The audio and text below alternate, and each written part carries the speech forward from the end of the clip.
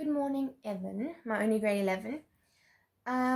We're going to do calls and stuff to also discuss this, so don't stress if this is very confusing. But photosynthesis is that's what we're starting with, on page 93. Photosynthesis, it's working on the basics that you've done since grade 4, but it's just adding a new level to it. But it's nothing to stress about, don't worry. I think you'll be able to get it quickly and easily. Now, before we start the lesson, I would have liked you to have written down the notes. There will be more, but then you'll get the pictures with the video. So, photosynthesis is plants making food. So, in photosynthesis, you need chlorophyll, radiant energy, water, and carbon dioxide. All of those put together and working in all the technical ways that they do, you get glucose. And that's the product of photosynthesis. So now we get two types of groups in organisms.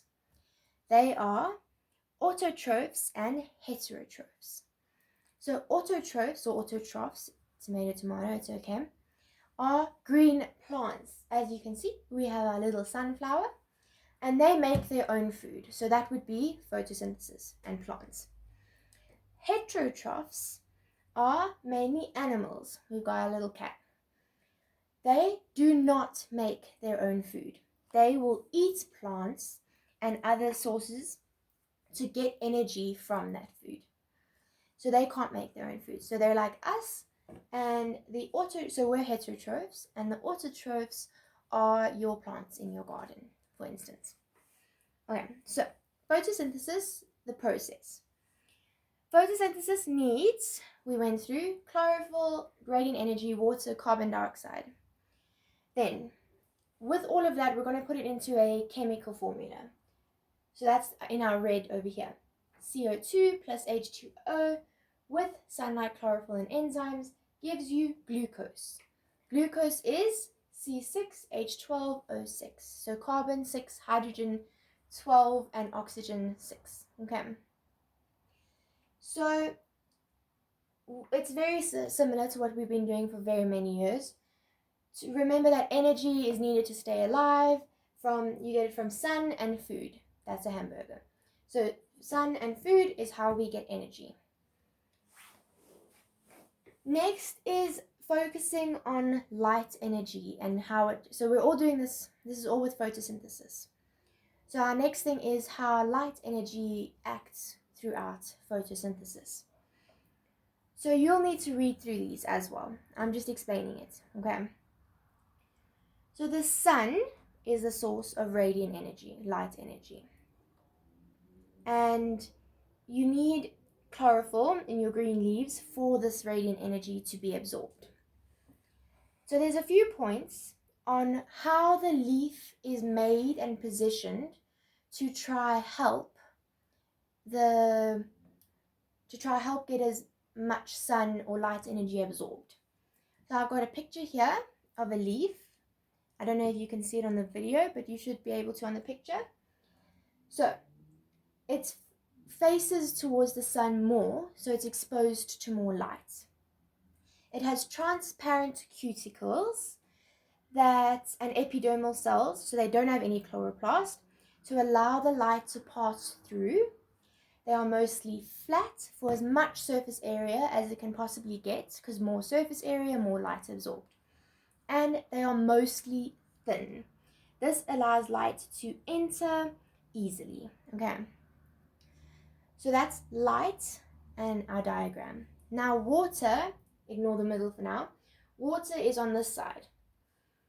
Water is absorbed from the soil through osmosis. So all our roots here, they have little hairs, root hairs on it. All the blue around it is the water in the soil, and the root hairs absorb the water through osmosis. Here. Then the water moves through the xylem vessels up through the stem towards the leaves. That's by transpirational pull. You should have done that last year if I remember correctly. Then, once in the leaves, water passes down the diffusion gradient from the xylem vessels into the mesophyll cells. This is here, diffusion gradient. Then the water finally moves by osmosis into the chlorophyll. Remember, all of photosynthesis is held and takes place, in the chloroplast. And then that's osmosis. So we've got our plant here. I didn't draw the top, I just drew the leaves. Roots, through the water goes through the roots through osmosis. Transpirational pool, it goes up. Gradient diffusion into the mesophyll cells, and then osmosis, it takes place to get it into the chloroplast. So carbon dioxide. So we've done light energy, water, and now we're doing carbon dioxide. Here's our carbon dioxide diagram in the middle. All this red is carbon dioxide. So it diffuses from the air into the leaf through stomatal openings. You should have also done stomatal openings in grade 10. So where else, if you think about it logically, where else would the carbon dioxide come from? It comes from the air, and it is diffused into the leaf to get to the chloroplast. So all our red is being diffused into the leaf through the stomatal opening. Now, the stomatal opening is regulated by guard cells. So here's our two little guard cells. Guard cells regulate the stomatal opening. It's nice to remember because guard cells guard the stomatal opening. Just remember to spell them G-U-A-R-D. Okay. So you need to read through the in detail processes of the water, light energy, and carbon dioxide. But at the bottom of page 94, we start with how light energy is trapped. So this is called your photochemical stage or your light stage.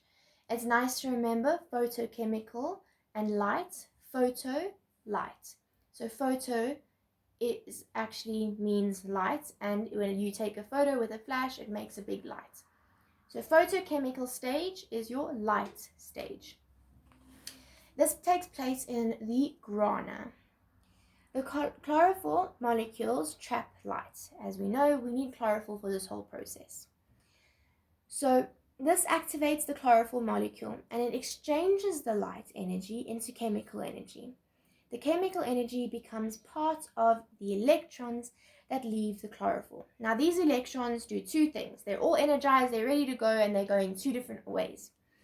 They either split water molecules into energized hydrogen atoms and oxygen. So we're going to be looking at our diagram on page 95. You can turn there quickly for me, please. So we've started all the way at the top there. So on page 95, that long one, the sun.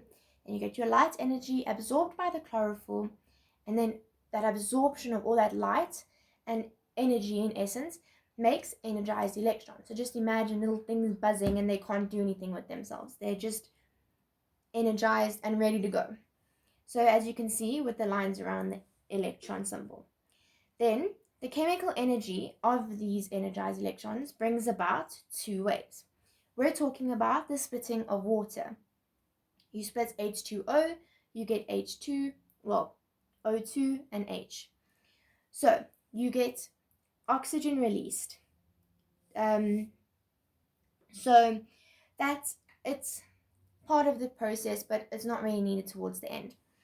The hydrogen, the energized hydrogen atom, now becomes energy rich and is needed for our next phase, which we'll get to now. The other part that's not the splitting of water is the making of high energy molecule ATP. ATP, adenosine triphosphate. Remember that. It's nice to add it in your tests or know if they're going to ask you a question. The process of making this ATP is called phosphorylation. Also know that. So ADP molecule added with energy, you get ATP. ATP is an energy carrier, chemical potential energy. So now at the end of this photochemical stage, you get an energized hydrogen atom and an ATP molecule. So now in our next stage, we've just gone in the grana, the photochemical stage happened. Now, the chemical stage or the enzymatic stage happens in the stroma. So, this is a biochemical or enzymatic stage. The chemical reaction is sometimes referred to as the Calvin cycle. It's a circle, the diagram that we're also looking at still now, just on the same page, just on the other side. It's a circle. On bicycles, when you cycle, it's a circle. It's nice to remember. So, each reaction is controlled by a specific enzyme. If this enzyme does this enzyme does this, they're separate. They do it because of their purpose.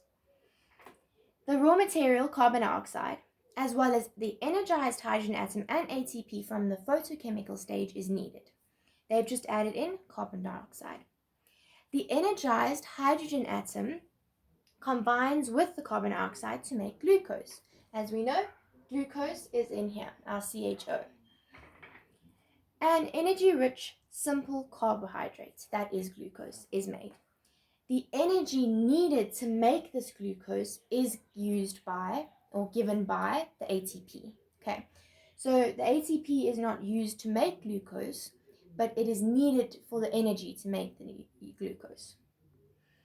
So energy is stored in this glucose or carbohydrate molecule. So look at our little Calvin cycle circle. We've added in carbon dioxide as our outside factor.